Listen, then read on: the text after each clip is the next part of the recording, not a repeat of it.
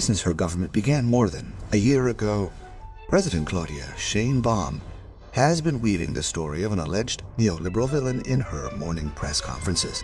A media entrepreneur who has a dark agenda against her administration and whose sin is not wanting to pay taxes. His name is Ricardo Salinas Pliego.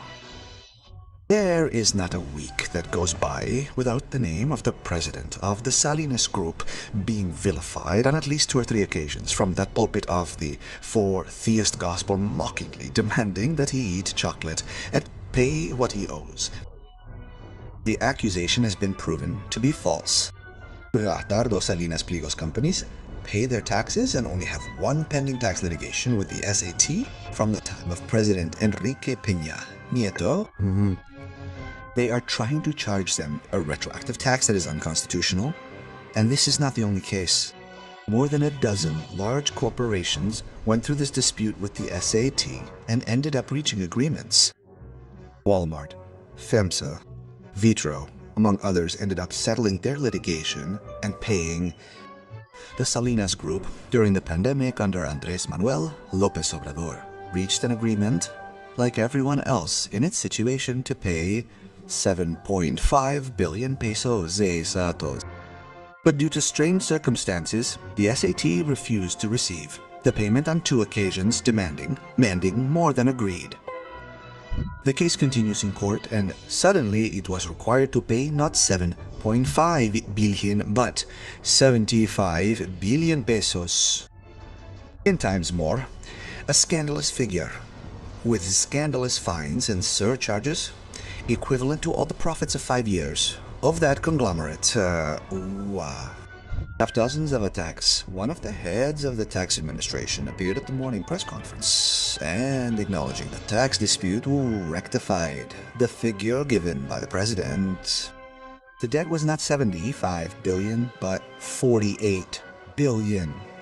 In one fell swoop, 27 billion pesos were erased. First round, in favor of Ricardo Salinas Pliego. Then came the request from the Salinas Group to sit at the negotiating table with a representative from the Treasury, another from the company, and a more independent one. Whatever was concluded there would be accepted by the parties. President Claudia Sheimbaum did not give the go-ahead for that table. The tenant of the National Palace has that political defect. Dialogue is not her strong suit. The finger on her lips saying, "Shh, shut up." Yes. She silences the opposition, Generation Z, farmers and peasants, businessmen who side with her, journalists and commentators who do not support her. Ricardo Salinas Pliego came out on stage to clarify in an interview with Código Magenta first and with other media outlets later that he had the check ready for the amount agreed upon with former President Andrés Manuel López Obrador and his then Secretary of Finance to go through with him, and, seeing the helplessness that there was no response, announced that he would fight to restore the rule of law in Mexico, lost by a government that has made autocracy its personal style of governing, and announced the possibility of running as a presidential candidate for 2030. And of course that ignited the spirits of Andy Lopez Beltran, the son of the man from Palenque, and who installed his friend Antonio Martinez Dagnino, the head of the SAT and executioner of the Salinas Irose Group. The junior 4-time player suddenly faced a political challenge, and an opposition rival appeared in front of him to contest the presidency, who feels that by inheritance they already have the bag. But says of Jauka. From the depths of the second floor of the 40, campaigns were launched to brand Ricardo Salinas Pliego as corrupt and a money launderer in 2 casinos owned by his group. Nothing came to fruition beyond the attempt to discredit him. A judge ruled that the accusation against his betting houses was invalid. Round 2 in favor of the Salinas Group.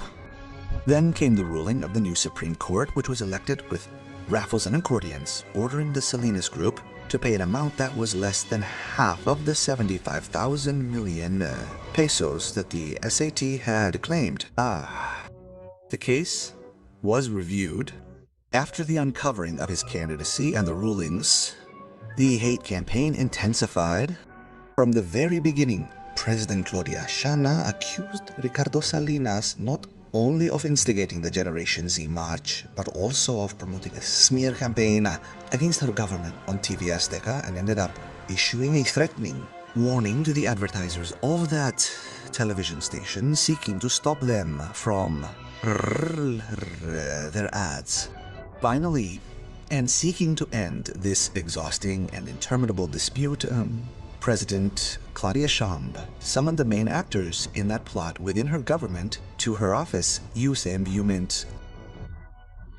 Not only was Andy Lopez Beltran's friend and head of the SAT, Antonio Martinez Daino, the former head of the SAT, Raquel Buenrostro, the current Attorney General, Galiso Galiano, and even the former President of the Supreme Court, Arturo Saldivar, and current General Coordinator of Politics and Government present.